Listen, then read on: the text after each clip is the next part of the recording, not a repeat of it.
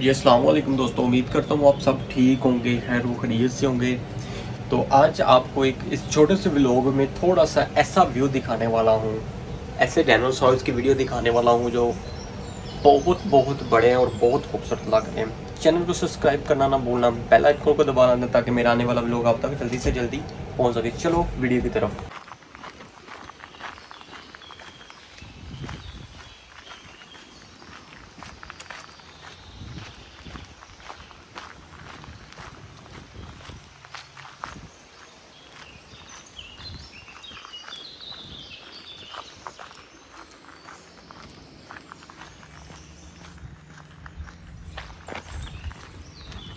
ये सबसे बढ़िया यहाँ इसका मुँह देखें आप।